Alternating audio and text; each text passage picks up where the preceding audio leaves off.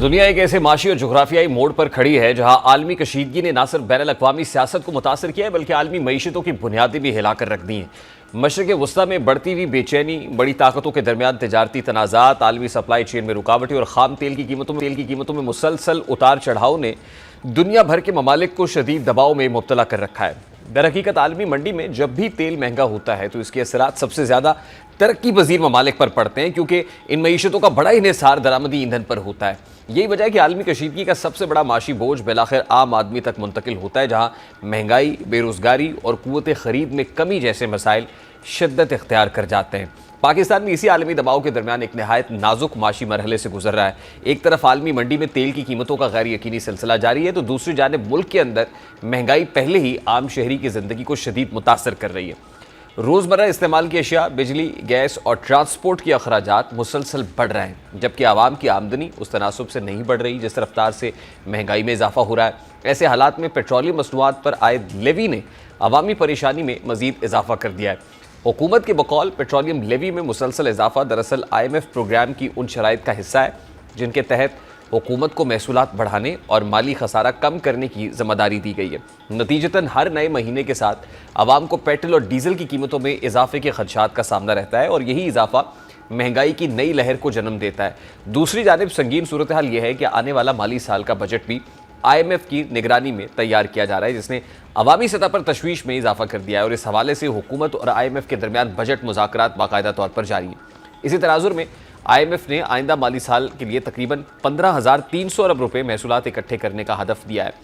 یہ ہدف پاکستان کی موجودہ معاشی صورتحال کو دیکھتے ہوئے نہایت سخت تصور کیا جا رہا ہے، کیونکہ معیشت ابھی تک مکمل طور پر بحال نہیں ہو سکی، صنعتی سرگرمیاں محدود ہیں، کاروباری طبقہ دباؤ کا شکار ہے اور عام شہری پہلے ہی مہنگائی کے بوجھ تلے دبا ہوا ہے۔ ایسے میں ذرائع کے مطابق حکومت آئندہ بجٹ میں 215 سے 230 ارب روپے تک کے نئے ٹیکس عائد کرنے پر غور کر رہی ہے، جبکہ مزید 215 ارب روپے ٹیکس انفورسمنٹ اور وصولیوں کے نظام کو سخت بنا کر حاصل کیے جائیں گے۔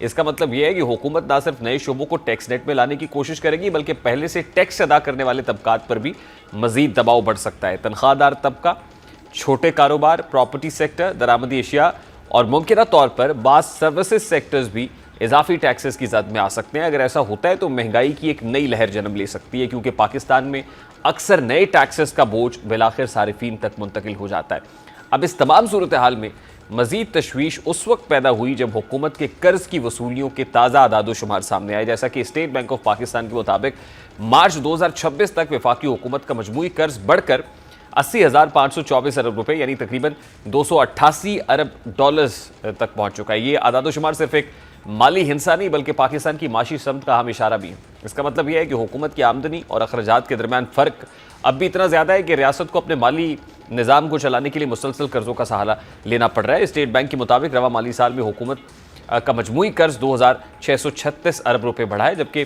مالی سال کے ابتدائی حصے میں حکومت نے ستمبر تک تقریباً 1,283 ارب روپے قرض واپس کیا ہے، لیکن اس کے بعد حکومت کے ستمبر سے مارچ تک دوبارہ 3,919 ارب روپے کا جو نیا قرضہ لینا پڑا ہے۔ اس کا واضح مطلب یہ ہے کہ حکومتی مالی ضروریات، محصولات اور اخراجات کے درمیان موجود خلا اب بھی برقرار ہے اور قرض واپس کرنے کے باوجود ریاست کو دوبارہ مزید قرض لینا پڑ رہا ہے۔ اس وقت ماہر اقتصادی امور ہارون شریف صاحب نے ہمیں جوائن کیا ہے۔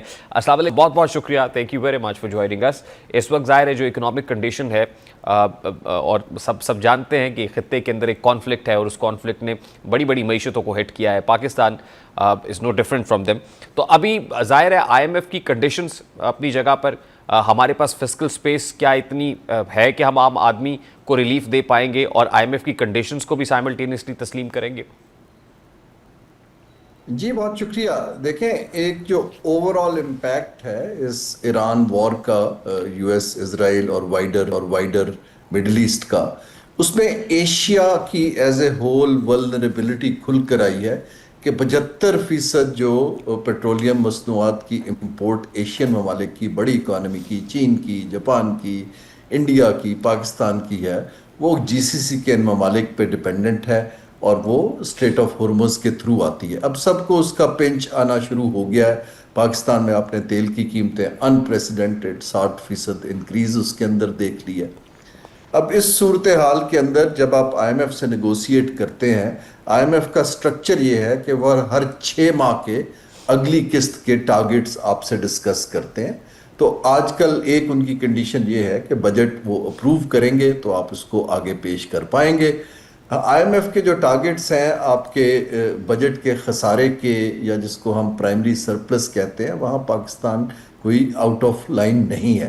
پاکستان آؤٹ آف لائن ہے کہ جہاں ہم ٹیکسز نہیں کلیکٹ کر پا رہے, کیونکہ جو ہم نے کمٹمنٹ دی تھی اس سے ہم 20% پیچھے چل رہے ہیں. تو آئی ایم ایف کہہ رہا ہے کہ جی اب آپ ہمیں آپشن دیجیے, یہ کہاں سے لیں گے.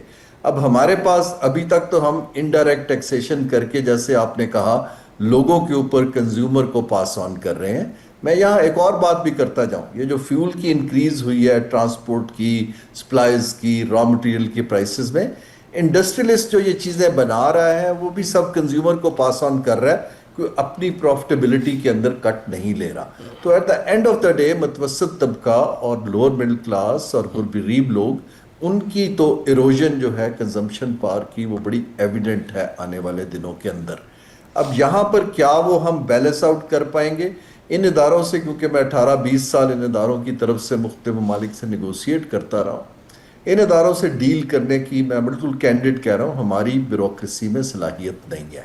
اس لیے ہم کیونکہ وہ لوگ بڑی زبردست ریسرچ کر کے آتے ہیں, پی ایچ ڈی اکانومسٹ کو لے کر آتے ہیں, ہمیں انڈیپینڈنٹ پاکستان کے اندر کچھ رپورٹس کرنی ہے. وار کا امپیکٹ کیا ہے, ولنریبلٹیز کیا ہیں, کہاں ہم اپنے ٹریگرز کو ڈیفر کر سکتے ہیں, کیسے ریلیف دینا ہے.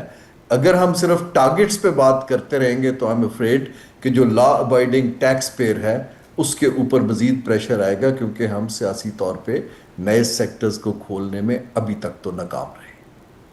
تو سر کیا ہم آئی ایم ایف کو یہ بات سمجھا سکتے ہیں؟ جی بالکل سمجھا سکتا ہے, لیکن اس کا ایک طریقہ ہے. دیکھیے یہ طریقہ اس طرح یہ فنڈ نہیں کام کرتا. میں تو اس کو بورڈ پہ بھی رہا ہوں. یہ اس طرح نہیں کام کرتا کہ آپ جناب ان کے ہائی اپ سے ملیں, تصویریں کھچائیں, کانفرنس پہ ملیں. آپ کو ایک اکنامک آرگومنٹ بنانا پڑتا ہے مضبوط, اور ایز اے کلائنٹ بھی بنانا پڑتا ہے. اس کو انڈیپینڈنٹ بڑے ایکسپرٹ سے ویٹ کرنا پڑتا ہے کہ دیکھیں پاکستان کے اوپر وار کا بڑا سویئر امپیکٹ ہے. اگر آپ نے معیشت کو چلانا ہے, روزگار کو رکھنا ہے, ایکسپورٹس کو سٹیبل رکھنا ہے, تو پھر آپ کو کچھ تبدیلیاں کرنی ہوں گی. یہ ایک ہارڈ کور نیگوسیشن ہوتی ہے فنڈ کے ساتھ, اور وہ آپ کو ویریس لیول پہ کرنی پڑتی ہے. لیکن اگر آپ صرف ان کے ساتھ اگریمنٹ کھول کے بیٹھ جاتے ہیں کہ جی اچھا یہ اتنا نمبرز کی گیم, جس کو ہم بیلنسنگ دا بک کہتے ہیں, پھر انفارچونیٹلی یہ نیگوسیشن نہیں ہو پاتی. آئی ایم ایف کے پاس جیسے آپ کے سیلاب آئے تھے, انہوں نے آپ کو چھوٹ دی تھی.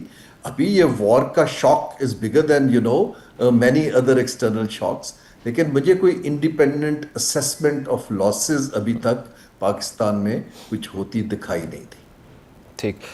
سر لاسٹلی اس وقت جو سچویشن ہمیں دکھائی دے رہی ہے, ظاہر ہے پیٹرولیم لیوی بہت زیادہ بڑھائی جا رہی ہے, باوجود اس کے کہ انٹرنیشنل مارکیٹ میں پرائسز تو بڑھی رہی ہیں, لیکن اس کے ساتھ ساتھ پیٹرولیم لیوی بڑھا کے ہم مزید بوجھ ایک عام آدمی کے اوپر ڈال رہے ہیں. تو جو دیگر سیکٹرز ہیں, خاص طور پہ ریئل اسٹیٹ سیکٹر, اس حوالے سے ملی جلی آراء پائی جا رہی ہیں کہ وہاں پر کوئی اسپیس ملنے جا رہی ہے یا ٹیکسز بڑھیں گے. کیا تمام تر جو سیکٹرز ہیں یہ کوئی رول آف جنرلی سب کے اوپر آپ کو لگتا ہے کہ جو ٹیکسز والا معاملہ ہے وہ مزید ٹائٹن اپ کیا جائے گی اسٹرنگ, یا پھر آپ کو لگتا ہے کہ نہیں کہیں نہ کہیں اسپیس دینی پڑے گی just to keep economy growing?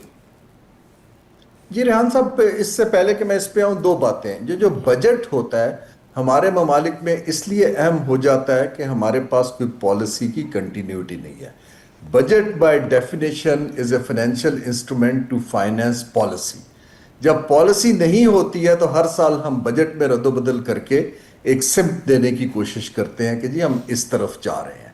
اب جو یہاں پر صورتحال ہمیں اس وقت دکھائی دے رہی ہے کہ یہ جو بجٹ آ رہا ہے اس کے اندر جیسے ہم نے ابھی بات کی کہ ریلیف کے چانسز تو بہت کم ہیں, کیونکہ ہمارے پاس جو انٹرسٹ ریٹ بھی بڑھ گیا ہے, اس سے اس کے اوپر پریشر ہمارے, کیونکہ 65% قرض تو حکومت لے لیتی ہے. تو یہاں پر جو ہے ابھی ہمیں بہت دھیان سے ایک ٹریڈ آف کے اوپر کام کرنا ہے. ٹریڈ آف یہ ہے کہ آیا آپ صرف کتاب کو بیلنس کرنا چاہتے ہیں انڈائریکٹ ٹیکسز لگا کے اور لوگوں کو مزید سکویز کر کے, یا آپ پاکستان کی فیوچر گروتھ کی پالیسی کو الائن کرنا چاہتے ہیں فیوچر کے لیے. ان دونوں میں بہت فرق ہے. ابھی تک ہم صرف ٹائم بائی آؤٹ کر رہے ہیں کہ ہمیں 3 ماہ 6 ماہ اور مل جائیں، ہم کسی طرح نمبرز پورے کر لیں. یہ سسٹینیبل ماڈل نہیں ہے. جب تک ہم پاکستان کی دیکھیں نا، at the end of the day economics کہتی ہے کہ ایکسپورٹ اور امپورٹ کا تناسب کا گیپ کلوز کرنا ہے. ایکسپورٹر جو ہمارا کمپیٹیٹیو ہے اس کے پیچھے کھڑا ہونا پڑے گا.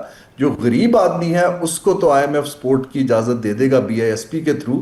مڈل کلاس کے لیے کوئی ادارہ جاتی طریقہ نہیں ہے. اس کو آپ کو اکنامک اپرچونٹی دینی پڑے گی اور وہ پالیسی سے آتی ہے. تو اس ٹریڈ آف میں آئی ہوپ کہ پاکستان اب اپنی ایک سسٹینیبل گروتھ کی چیزوں کی طرف جائے، نہ کہ چھوٹے چھوٹے شارٹ ٹرم بجٹری میز سے اپنی کتاب کو بیلنس کرے.